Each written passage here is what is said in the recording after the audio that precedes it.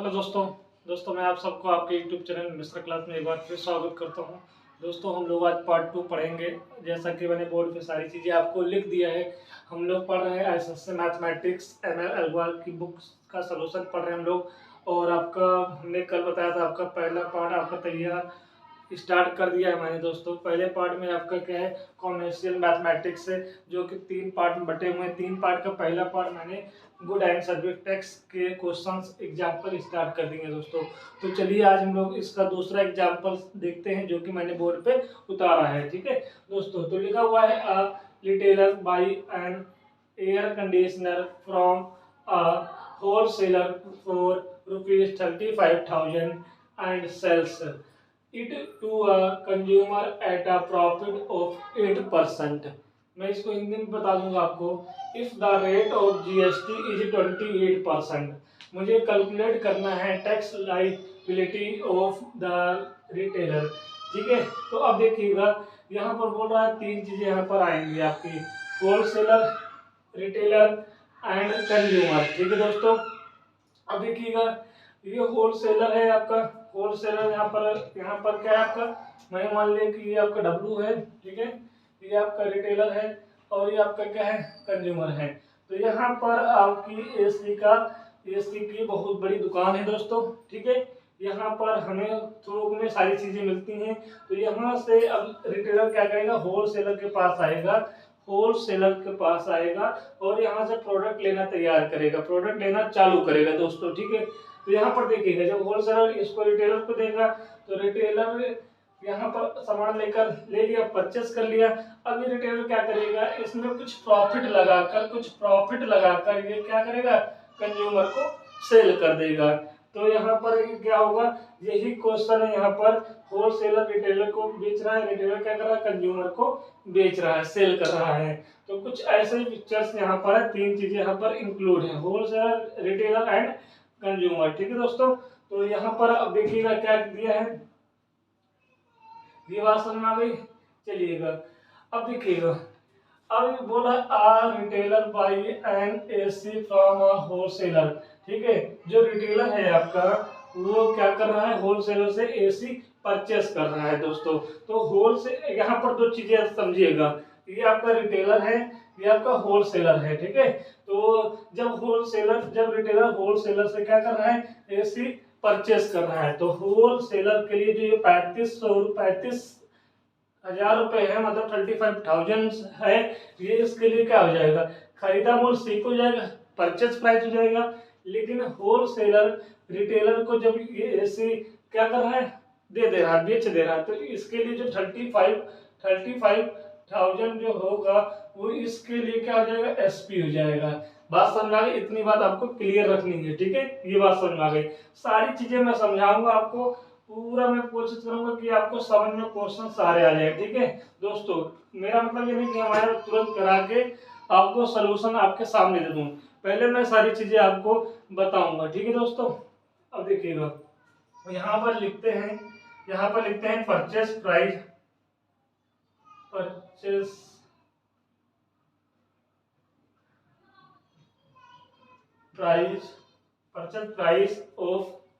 Of AC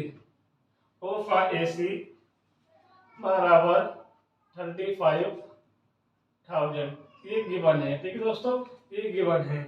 यहाँ तक बात समझ में आ गई। फिर हमारे पास जीएसटी भी गिवन है। जीएसटी कितना है दोस्तों, यहाँ पर 28% है। जीएसटी कितना है, 28% है। यहाँ तक बात समझ में आ गई। कल हमने जीएसटी के बारे में बताया था, जीएसटी आपका कहाँ पर लगता है, जीएसटी किस पर काउंट होता है। तो मैंने बताया था जो जीएसटी होता है वो सेलिंग प्राइस पर काउंट होता है। ये बात मैंने कल आपको बताई थी। तो आज भी ये आपका जो परचेस प्राइस ऑफ एसी है, किसके लिए है ये परचेस प्राइस, तो बोलोगे रिटेलर के लिए है। लेकिन यही 35,000 रुपीज सेलिंग प्राइस किसके लिए है, होलसेलर के लिए है। ये बात क्लियर हो गई। तो हम जब इस भाई 35,000 रुपीज है तो हम इस पर जीएसटी लगा सकते हैं। ठीक है, जीएसटी हम लगा सकते हैं भाई, क्योंकि ये होलसेलर के लिए सेलिंग प्राइस है। समझिएगा मेरी बात को। तो यहाँ पर लिखिएगा अमाउंट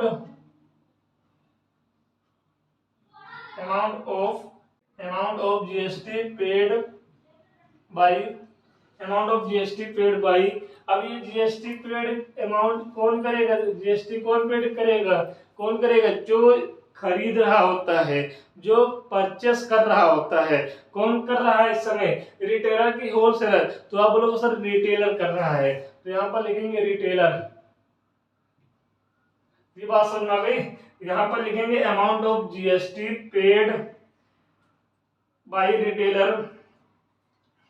किससे कर रहा है, किससे कर रहा है, टू द होलसेलर से। ठीक है दोस्तों, ये बात समझ में आ गई, टू द होलसेलर से। तो यहाँ पर कितना कितना भाई, कितना पेड कर रहा है जीएसटी रिटेलर होलसेलर को। ठीक है, तो भाई देखिएगा 35,000, ठीक है, मल्टीप्लाई जीएसटी 28%। यहाँ तक बात बताओ, आपको समझ में आ गया। हम पूरा क्वेश्चन आपको समझाएंगे, पहले बताइए आपको समझ में आ गया। जो आपका एसी का परचेस प्राइस दिया हुआ है 35,000 रुपये दिया हुआ है, कौन परचेस कर रहा है, रिटेलर। किसको कर रहा है, होलसेलर को। रिटेलर के लिए क्या होगा, कॉस्ट प्राइस होगा, होलसेलर के लिए क्या होगा, 35,000 सेलिंग प्राइस होगा। जीएसटी दिया हुआ है, ठीक है, 28%। जब हम रिटेलर क्या कर रहा है, परचेस कर रहा है, तो जो बिल बनेगा उसमें ये जो रेट होगा उसके साथ साथ जीएसटी भी इंक्लूड होगा। तो जीएसटी का जो अमाउंट आएगा कौन पे करेगा, रिटेलर पे करेगा, ठीक है, होलसेलर को। तो वही amount of GST paid by retailer to the wholesaler. तो ये इसको निकाल लो दोस्तों, इसको यहाँ पर निकाल लीजिएगा। 35,000 मल्टीप्लाई 28/100। यहाँ तक बताइए आपको क्लियर हो गया, यहाँ तक आपको क्लियर हो गया है। डबल जीरो से डबल जीरो काट लेंगे दोस्तों। तो यहाँ पर लिखिएगा कितना आपका रिमेन बचा हुआ है, 350 मल्टीप्लाई 28 बचा हुआ है। अब इन दोनों को हम लोग मल्टीप्लाई करते हैं। यहाँ पर देखिएगा, मैं अभी इसको मिटा दूंगा कि बहुत छोटा पड़ जाएगा, आपको दिखेगा नहीं, ठीक है। तो इसको भी स्क्रीनशॉट लेने का आपको मौका जरूर दूंगा, पहले लेकिन समझ लीजिए अच्छे से, यहाँ तक समझ लीजिए। तो जब 8 को 0 से मल्टीप्लाई करेंगे तो कितना आएगा, यहाँ पे 0 आएगा, कोई कैरी नहीं है। 8 5 का कितना होगा, 40 होगा, 40 का 0 4 कैरी, 8 3 जा 24 और 4 ऐड कर देंगे तो 28 हो जाएगा। यहाँ तक बताइए आपको समझ में आ गया। फिर क्या करेंगे, 2 0 जा 0, 2 5 जा 10, 2 3 जा 6 7 आ जाएगा। जब सबको ऐड कर दोगे तो दोस्तों कुछ हमारा कितना आएगा आंसर, 9,800 आ जाएगा। कितना आ जाएगा, 9,800, ठीक है, 9,800 हमारा ये आंसर आ जाएगा। इसको मैं मिटा देता हूँ दोस्तों, ठीक है। यहाँ तक बात समझ आ गई। ये क्या है, ये आपका रुपीस है, ठीक है दोस्तों। मतलब आप समझे, ठीक है। 9,800 मतलब 9,800 जो रुपीस है वो जीएसटी के रूप में रिटेलर होलसेलर को देगा। यहाँ तक बताइए आप लोग को बात समझ में आ गई है। तो ये जो आपका जीएसटी आया हुआ है, ये जो आपका जीएसटी आया हुआ है, इसी जीएसटी को हम लोग क्या बोलते हैं, इनपुट जीएसटी बोलते हैं, इनपुट जीएसटी बोलते हैं, ठीक है। इनपुट जीएसटी कितना आ गया दोस्तों, 9,800 रुपीस आ गया है, ठीक है। यहाँ तक बात समझ आ गई। इसी जीएसटी को जब रिटेलर होलसेलर को जीएसटी का अमाउंट पे करता है, जो जीएसटी होती है उसी को हम लोग इनपुट जीएसटी बोलते हैं। यहाँ तक बात आपको समझ आ गई है दोस्तों, यहाँ तक बात समझ आ गई, चलिएगा, ठीक है। तो ये आपको मैं स्क्रीनशॉट ले लीजिए या फिर आप इसको देख लीजिए। मैं इसको सफा करूंगा, साफ करूंगा, क्योंकि जो नीचे बोर्ड थोड़ा बचा हुआ वो आपको दिखेगा नहीं, ठीक है। यहाँ चलिए मैं इसको साफ कर देता हूँ दोस्तों, ठीक है। यहाँ तक बात समझ में आ गई, मतलब मैंने यहाँ इनपुट जीएसटी तक निकाल लिया है, ठीक है। अब देखते हैं, इसको मैं यहाँ से मिटा देता हूँ दोस्तों, इसको मैंने यहाँ से साफ कर दिया है। और हम इनपुट जीएसटी याद रखेंगे कितना आया हुआ है, यहाँ पर मैं किनारे लिख देता हूँ साइड में, इनपुट जीएसटी कितना आया होगा दोस्तों, 9,800 आया हुआ है रुपीज, ठीक है।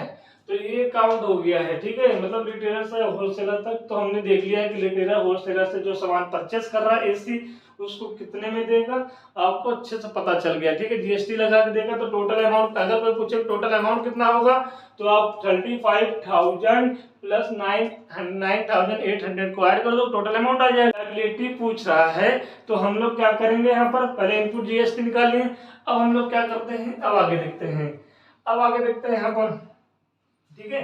तो देखिएगा यहाँ पर प्रॉफिट कितना दिया हुआ है, 8% दिया हुआ है। प्रॉफिट कितना दिया हुआ दोस्तों, 8% दिया हुआ है, ठीक है। ये अब सोचिए यहाँ पर लिखा हुआ एंड सेल्स, सेल कौन कर रहा है, अब सेल कौन कर रहा है, रिटेलर से कर, रिटेलर क्या कर रहा है, सेल कर रहा है उस एसी को, किसको, एसी को रिटेलर सेल कर रहा है, किसको, कंज्यूमर को, ठीक है।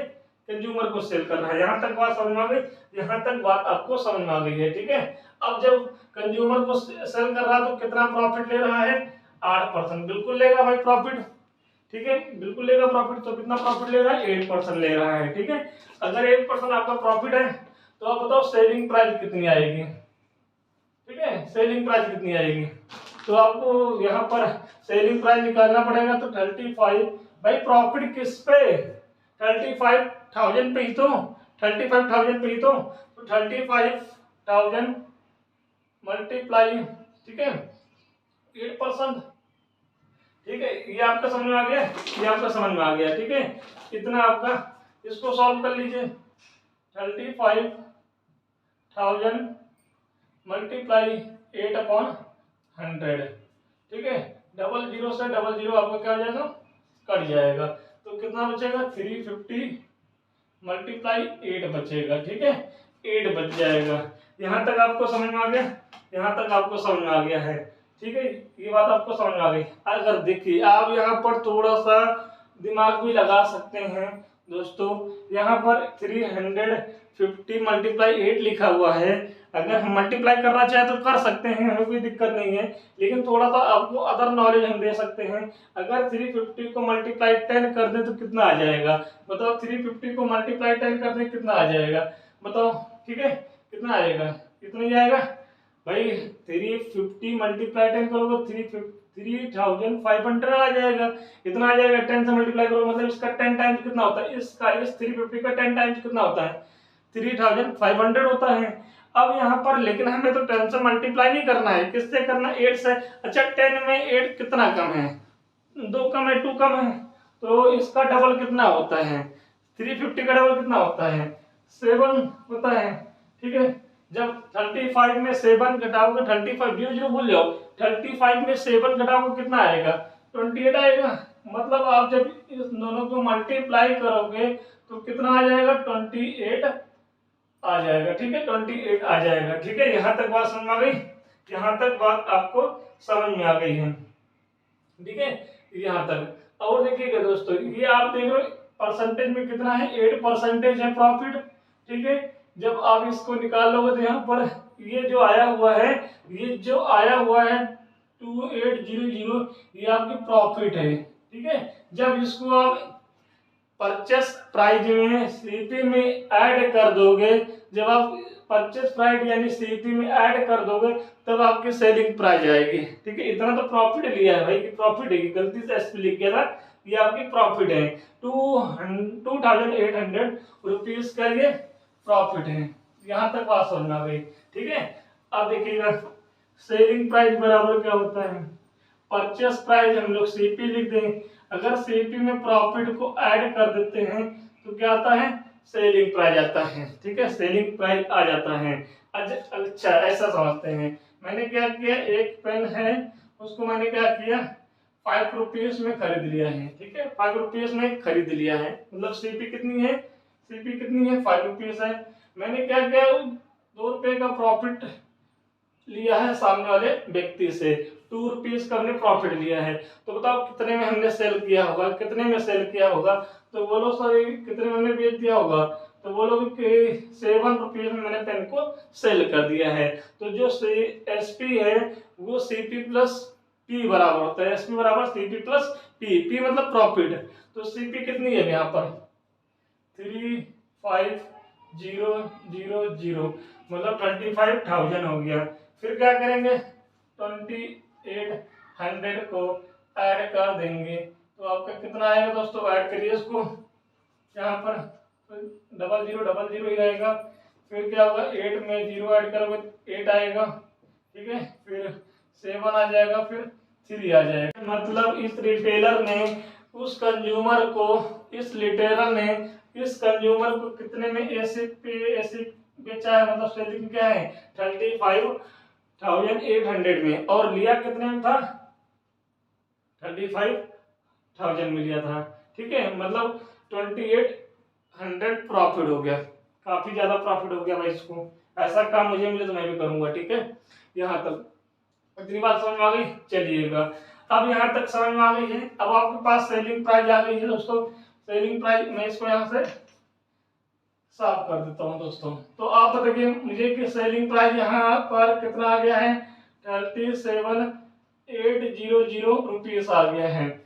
यहाँ तक बात समझ में आ गई।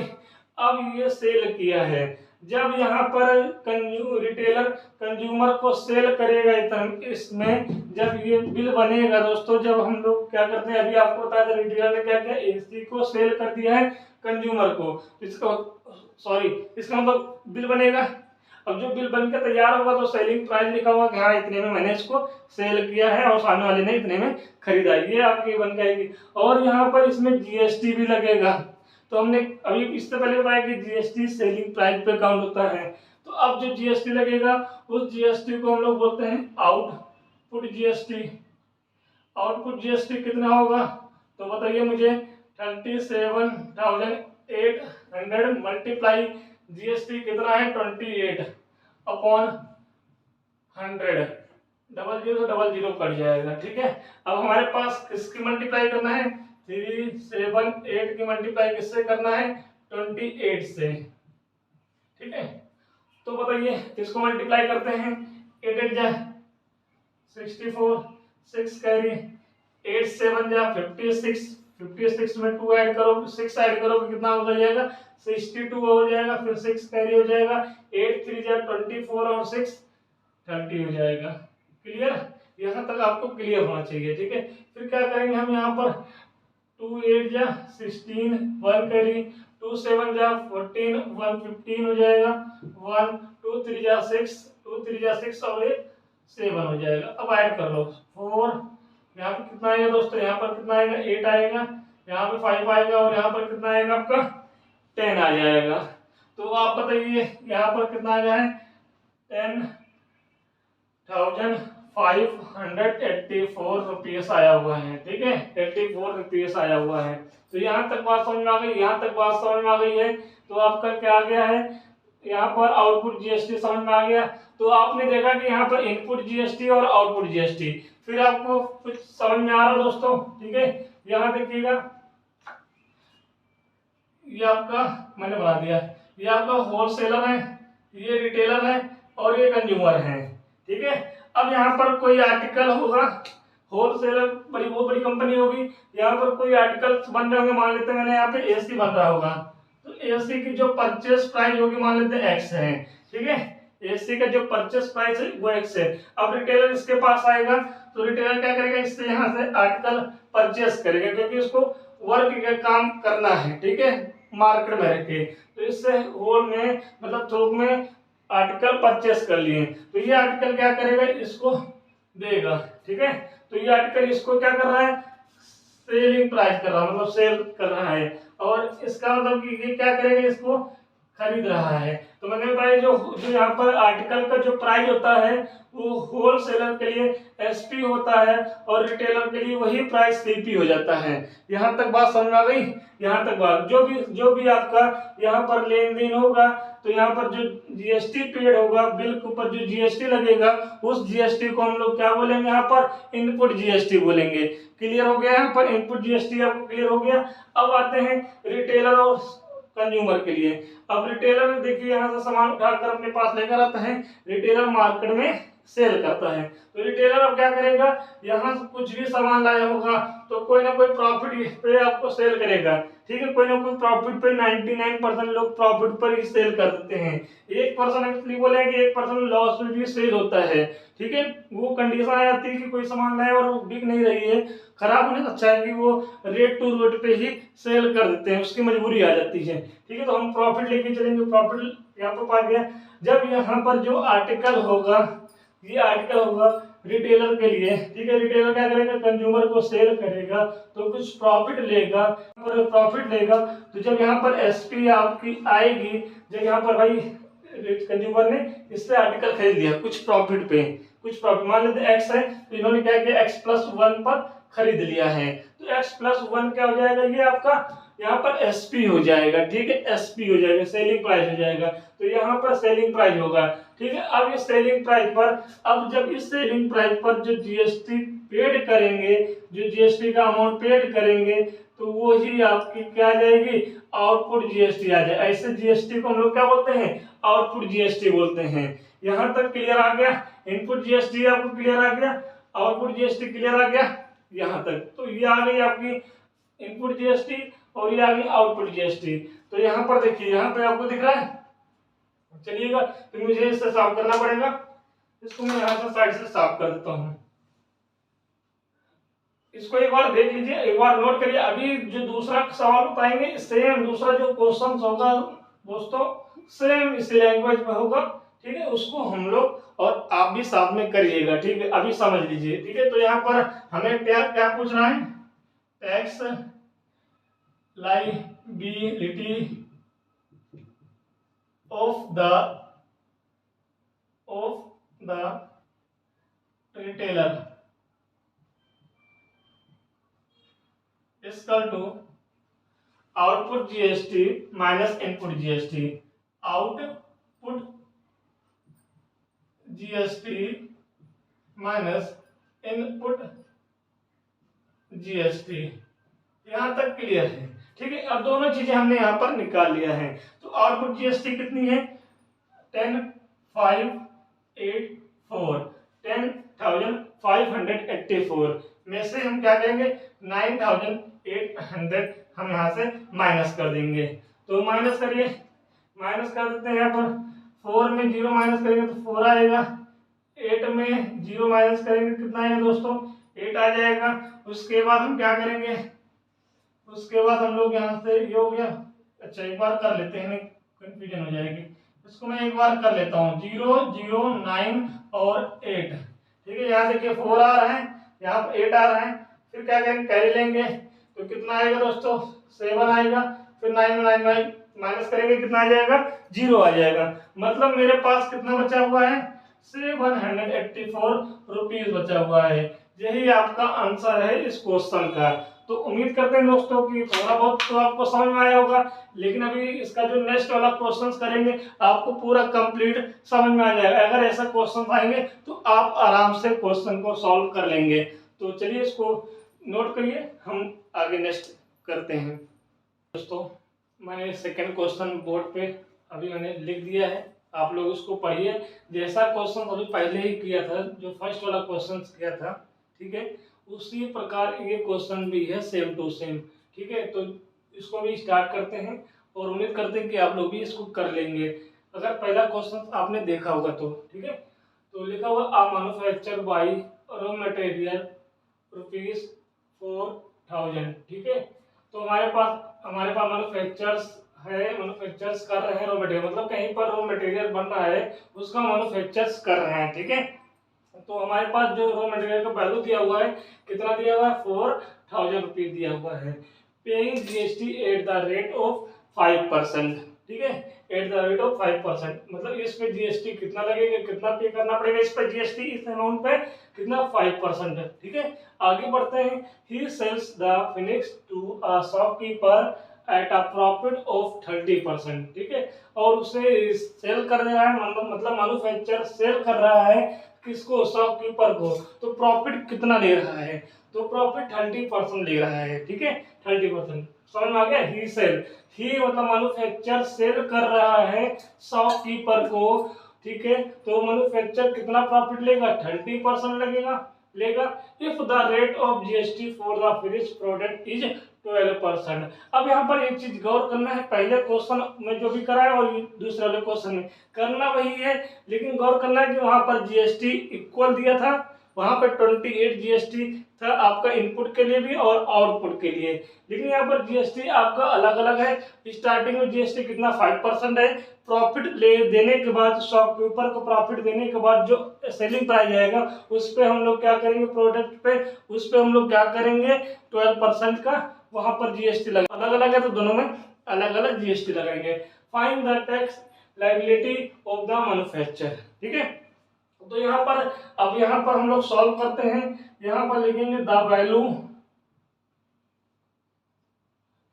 ऑफ रॉ मटेरियल इसका टू ₹4,000, ठीक है। यहाँ पर अब यहाँ तक आपने लिख दिया। अब जो जीएसटी है वो आप लगाओगे इसमें, तो लिखोगे द पेड, यहाँ पर tax paid by the manufacture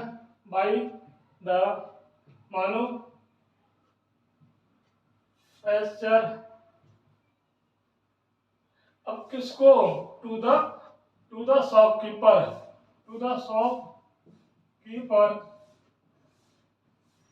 ठीक है। इतना बड़ा लैंग्वेज भी हम लिखना तो लिख दीजिएगा, बाकी हम टैक्स पेड भी लिख देंगे तब भी चल जाएगा, लेकिन मुझे पूरा बताना है कि टैक्स पेड कर रहा है कौन, मैन्युफैक्चर टू द शॉपकीपर। बात समझ में आ गई यहाँ तक, तो the tax paid by the manufacture to the shopkeeper, ठीक है। यहाँ तक आपको समझ में आ गया है। चलिएगा तो कितना आएगा, 4,000 रुपीज मल्टीप्लाई कितना जीएसटी लगाएंगे, यहाँ पर 5% लगाएंगे, तो यहाँ पर कितना आएगा दोस्तों। तो आप इसको परसेंटेज से हटाओगे, आपको पता है कि 2 जीरो नीचे बढ़ जाएगा, मतलब 100 नीचे बढ़ जाता है, डबल जीरो से डबल जीरो काट देंगे तो कितना आएगा, 200 आएगा, 200 रुपीज आपका यहाँ पर आ जाएगा। ये 200 रुपीज हमने बताया था tax paid by the manufacture to the shopkeeper, जो ये आपका जीएसटी रुपीस में आता है, इसी जीएसटी रुपीस को हम लोग क्या बोलते हैं, इनपुट जीएसटी बोलते हैं। क्या बोलते हैं, इनपुट जीएसटी। तो इनपुट जीएसटी कितना आ गया है दोस्तों, 200 रुपीस आ गया है। यहाँ तक बात आपको समझ में आ गई है, यहाँ तक बात समझ में आ गई है। अब कह रहा he sell the finish to a shopkeeper at a profit of 30%, ठीक है। अब रॉ मटेरियल का रेट कितना है, 4,000 रुपीज है। अब इसको शॉपकीपर को बेच रहा है, ठीक है, 4,000 रुपीज का जो रॉ मटेरियल है शॉपकीपर को सेल कर रहा है। कितना प्रॉफिट ले रहा है, तो प्रॉफिट यहाँ पर, अब यहाँ पर प्रॉफिट कितना दिया हुआ है, प्रॉफिट दिया हुआ है मेरे पास कितना, 30%, ठीक है। तो ये परसेंटेज में दिया हुआ है, हमें प्रॉफिट को निकालना है रुपीस में, तो यहाँ पर अच्छा ठीक है, ये 400 यहाँ के लिए क्या हो जाएगा, सीपी हो जाएगा। अभी इससे पहले बात मैंने किया है आपसे, इससे पहले वाली वीडियो में पहले वाले क्वेश्चन में मैंने बताया है, ठीक है। ये आपका वैल्यू रॉ मटेरियल का प्राइस दिया हुआ है, ठीक है, तो ये सीपी है, ठीक है। तो यहाँ पर एक काम करते हैं, ठीक है, तो यहाँ पर प्रॉफिट रुपीस में निकाल लो, तो 4,000 मल्टीप्लाई 30%, तो यहाँ पर कितना आएगा दोस्तों, 4,000 मल्टीप्लाई 30/100, डबल जीरो से डबल जीरो कट जाएगा यहाँ पर, तो कितना आ गया आप बताइए, कितना आएगा, 40 मल्टीप्लाई 30, तो जीरो जीरो आप भूल जाइए, तो 4 3 जा 12,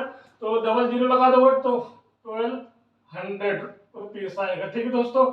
ये प्रॉफिट कितनी आ गई है, प्रॉफिट आ गई है आपकी 1200 रुपीस आ गई है। यहाँ पर आप देख लीजिए ये कितनी आ गई प्रॉफिट, 1200 रुपीस आ गई है। ये तो प्रॉफिट परसेंटेज में दिया हुआ था, तो इसका मतलब कि उस मैन्युफैक्चरर ने शॉपकीपर को 1200 ज्यादा में बेचा होगा, ठीक है। मतलब जो आर्टिकल का प्राइस था 400, वो 1200, ठीक है, मतलब ये 4,000 है, ठीक है। जो आपका प्रॉफिट, जो आपका रॉ मटेरियल था, आर्टिकल था, उसका प्राइस था 4,000, ठीक है, मैन्युफैक्चर ने 30% प्रॉफिट पे बेचा है, मतलब कि कितना प्रॉफिट लिया है, 1200 रुपये लिया है, 1200 रुपये लिया है। इसका मतलब कि उस शॉपकीपर को कितने में सेल किया होगा, कितने में सेल किया होगा, तो सेलिंग प्राइस बराबर निकाल लो। तो सेलिंग प्राइस बराबर होता है सीपी प्लस का प्रॉफिट। ठीक है दोस्तों, दिख रहा है। चलिएगा, तो यहाँ पर मैं करता हूँ सेलिंग प्राइस बराबर सीपी कितना है, सीपी कितना है 4000 है, प्रॉफिट कितना निकाले हूँ 1200, दोनों को ऐड करोगे कितना आएगा 5200 रुपीस आ जाएगा। कितना आ जाएगा 5200 रुपीस आ जाएगा, मतलब रुपीस को हम पहले लिख सकते हैं। ठीक है, इसको अगर आप चाहो तो इतना ध्यान देना पड़ेगा, तो अगर आप चाहोगे रुपीस को हमेशा आदत रखिएगा कि उसका देख लीजिएगा। तो यहाँ तक 5200 रुपीस आ गया है, 5200 रुपीस आया है। क्या है, एसपी आया है, सेलिंग प्राइस। ठीक है, सेलिंग प्राइस यहाँ पर मैंने देखो पहले लिख दिया। ठीक है, जब ध्यान रखेगा मैं पहले लिख दूंगा। ठीक है, यहाँ पर तो इतनी बात समझ आ गई। इतनी अब सीधा सीधा पिक्चर्स आपको दिमाग में आ रहा है कि उस मैन्युफैक्चर जो थी, आपका रॉ मटेरियल तैयार हो रहा था वहां पर मैन्युफैक्चर में, तो वहां पर कितने रॉ मटेरियल का रेट क्या था 4000 था, 4000। उसके बाद जब शॉपकीपर को दिया तो कितने दिया, तो प्रॉफिट तो हुआ है ना 30%, मतलब 1200 रुपये का प्रॉफिट हुआ है। अब देखिएगा, अब ये शॉपकीपर सेल मतलब ले रहा है, मतलब मैन्युफैक्चर ने क्या किया, सेल कर दिया है। तो हम जब पेमेंट करते हैं इसका, तो इसमें जीएसटी भी काउंट होता है। तो यहाँ पर देखिएगा, तो यहाँ पर हमने बताया था कि जब आपका सेकंड फेज पे आते हैं, इससे पहले क्वेश्चन में, तो अभी हम लोग इनपुट जीएसटी निकाल लिए हैं। अब हम आउटपुट जीएसटी निकालेंगे, आउटपुट जीएसटी, आउटपुट जीएसटी। ठीक है, तो किस पे 5200 मल्टीप्लाई, अब यहाँ पर कितना जीएसटी लगाएंगे हम प्रोडक्ट पे 12% लगाएंगे। तो चलिए इसको भी कर देते हैं 5200 मल्टीप्लाई 12/100, डबल जीरो से डबल जीरो कट जाएगा। ठीक है दोस्तों, यहाँ तक बात समझ आ गई। अब हम क्या करेंगे 12 मल्टीप्लाई 52 लिखेंगे, यहाँ तक लिखेंगे। अब हम देखेंगे इसको मल्टीप्लाई करेंगे। चलिए मैं यहाँ पे साइड में मल्टीप्लाई करता हूँ, कितना आएगा बताइए, 2 2 जा 4 इजी है, 2 5 जा 10। ठीक है, और यहाँ पे कितना आएगा दोस्तों, कितना आ गया 624 रुपीज। ठीक है, कितना आ गया 624 रुपीज आ गया है। यहाँ तक आपको दिख रहा है। ठीक है, यहाँ पर भी, चलिए मैं इसको मिटा देता हूँ। तो ये आ गया है आपका क्वेश्चन होने वाला है। अब हमें लास्ट में क्या निकालना है, हमें निकालना है, ठीक है, find the tax liability of the manufacture. तो मैं यहाँ पे लिख दूं tax liability of the manufacture इसका टू, यहाँ पर क्या होगा output GST minus input GST. दोस्तों ये बात समझ आ गई, ये बात समझ आ गई। आउटपुट जीएसटी कितनी है दोस्तों 624 माइनस में इनपुट जीएसटी कितनी है 200, जब माइनस करोगे तो 424, इसका आंसर आ जाएगा। तो इसका आंसर आ जाएगा। तो दोस्तों इसका तीसरे का आंसर आपका आ चुका है। तो मैंने बताया था, जैसा कि मैंने दूसरा वाला क्वेश्चन जब स्टार्ट किया था, जो मैंने बताया था, हमने कहा दूसरा और तीसरा क्वेश्चन दोनों सेम होंगे, अगर दूसरा आप समझ लोगे तो तीसरा आप कर ले जाओगे। तो चलिए दोस्तों इस क्वेश्चन को यहीं पर करते हैं, आंसर आ गया है और इस क्लास को हम यहाँ पर खत्म करेंगे, कल फिर कंटिन्यू करेंगे। लेकिन एक बात आपसे कहना चाहते हैं, अगर इस क्लास को आप लोग देख रहे हो, अगर आप लोग को समझ में आ रहा है तो आप जरूर लाइक शेयर और कमेंट जरूर कर दीजिए दोस्तों। जितना ज़्यादा आप शेयर और लाइक करोगे उतना ज़्यादा उत्साहित होंगे हम लोग और अच्छे से और आगे वीडियोस बनाएंगे दोस्तों, और आपको ऐसे ही कंटेंट तैयार करेंगे। और हमने आपको बताया कि कोई भी बुक होगा हिंदी मीडियम में पढ़ा रहे हैं और इंग्लिश मीडियम भी कल से चालू किया है। तो जो बुक हमने लिया है एमएल अग्रवाल की एसएससी मैथमेटिक्स का, इसका एग्जाम्पल्स कराएंगे, सारे एग्जाम्पल्स होंगे, एक्सरसाइज भी सारे होंगे, मतलब ऑल क्वेश्चन आपको कराएंगे। अगर ये सारे क्वेश्चन आप ईमानदारी से अच्छे से पढ़ लिए तो कहीं कुछ पढ़ने की जरूरत नहीं है और सारी चीजें आपको डाउट क्लियर होंगे। ठीक है, एक क्वेश्चन मुझे लगता है 15 से 20 मिनट ले लेता हूँ मैं समझाने में। तो दोस्तों बस आप बने रहिए और अच्छा लग रहा है तो चैनल को जरूर सपोर्ट करिए। चलिए कल मिलते हैं। जय हिंद, जय भारत।